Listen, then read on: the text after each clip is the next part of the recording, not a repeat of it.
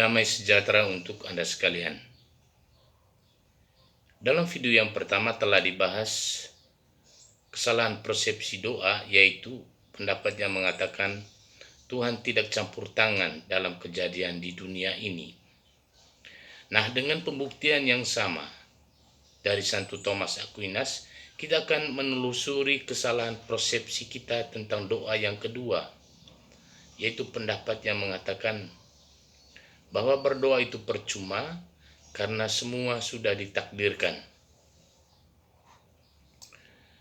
Menurut mereka, kalau semua sudah ditakdirkan, maka tidak ada lagi gunanya untuk berdoa, karena tidak akan mengubah apapun.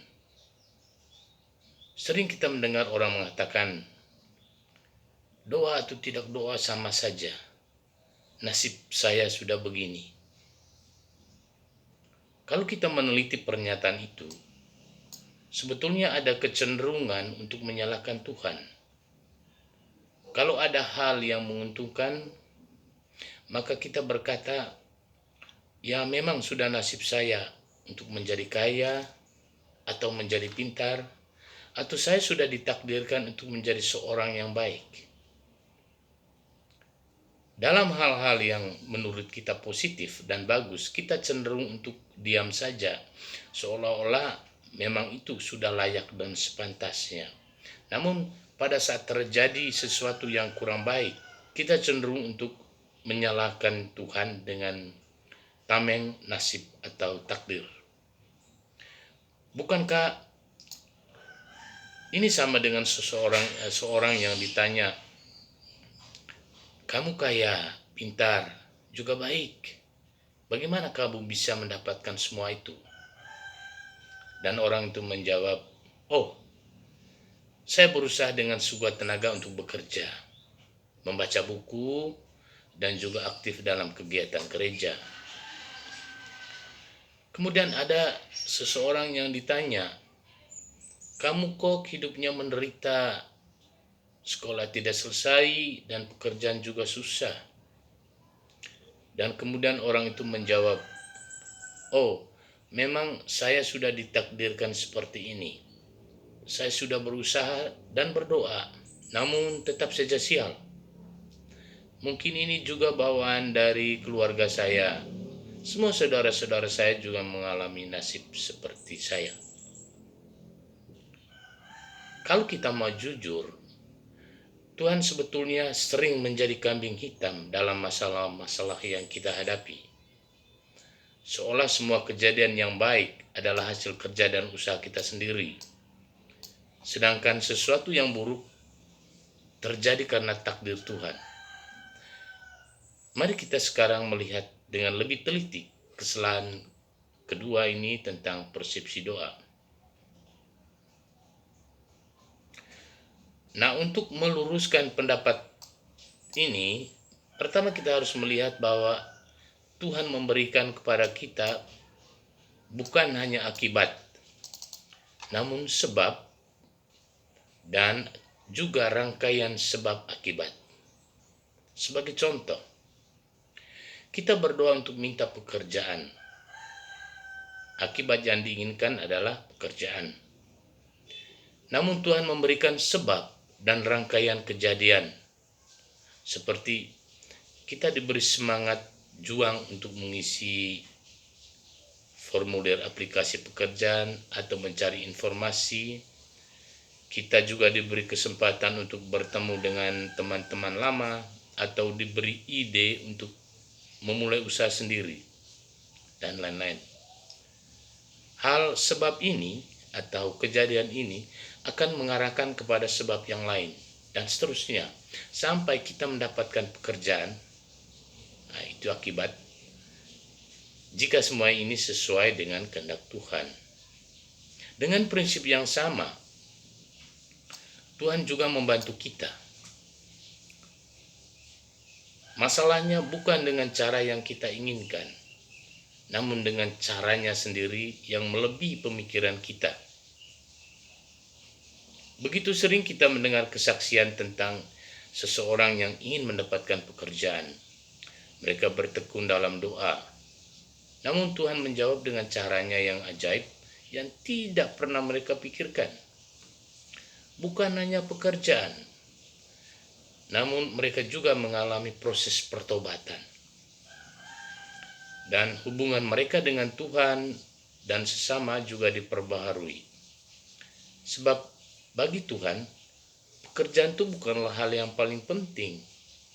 Namun proses pertobatan dan pemulihan hubungan dengan Tuhan dan sesama yang diinginkan Tuhan. Proses kesadaran akan kehadiran ilahi di dalam dirinya, dan ini membutuhkan sikap kerendahan hati.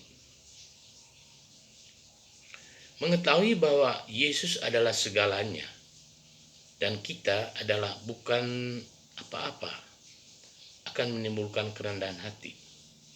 Sikap ini adalah sikap yang paling diperlukan dalam doa. Katekismus Gereja Katolik 2559 mengatakan bahwa kerendahan hati adalah dasar doa. Tuhan tidak pernah menginginkan sesuatu yang buruk terjadi pada manusia. Tuhan tidak mungkin menyangkal dirinya sendiri yang pada hakikatnya adalah kasih. Bahkan Tuhan sendiri mengatakan bahwa rencananya adalah damai sejahtera dan bukanlah rancangan kecelakaan. Lalu, kalau Tuhan tidak mempunyai rencana yang buruk, kenapa kalau saya berdoa tidak dikabulkan? Banyak keluhan seperti itu.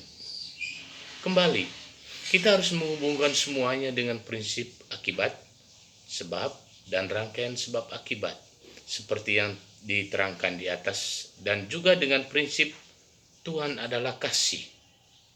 Dengan kedua prinsip ini, maka apapun hasil dari doa akan bisa kita terima semuanya dengan lebih lapang dada. Marilah merefleksikan kembali kejadian-kejadian yang kita lalui di masa silam. Pada waktu kita berdoa untuk sesuatu, apakah itu pekerjaan, masalah rumah tangga, hubungan dengan teman, hubungan dengan atasan, keuangan, dan lain-lain. Mungkin pada waktu kita mengalami kejadian-kejadian tersebut, seolah-olah Tuhan tidak mendengarkan dan membantu kita. Hal ini disebabkan karena cerita dan rangkaian sebab akibat yang akan terjadi belum selesai.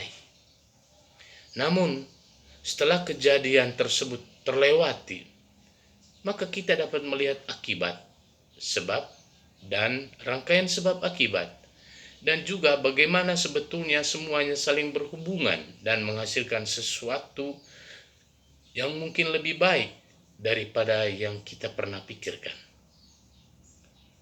Tuhan membantu kita dengan caranya sendiri, bahkan caranya jauh lebih bijaksana dari apa yang kita inginkan dan pikirkan.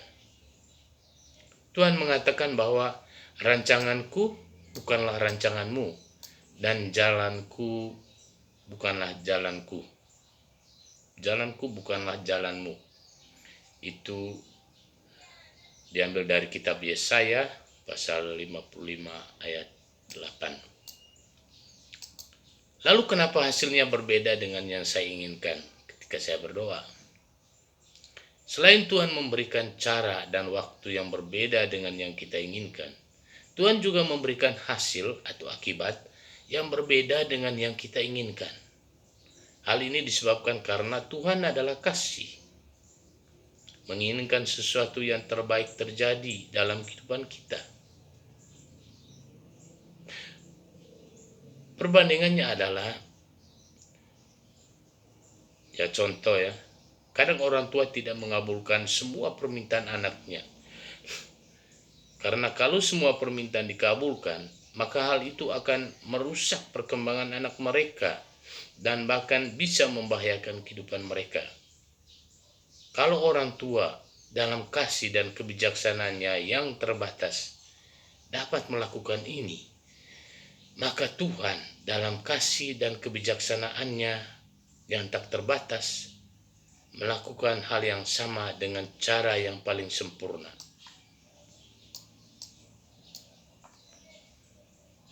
Percayalah kepada Tuhan. Kita boleh saja memberikan keberatan-keberatan yang lain, namun pada akhirnya semua bermuara kepada Tuhan seperti apakah yang kita percayai. Apakah Tuhan yang hanya siap menghukum yang bersalah, atau Tuhan yang bijaksana dan penuh kasih?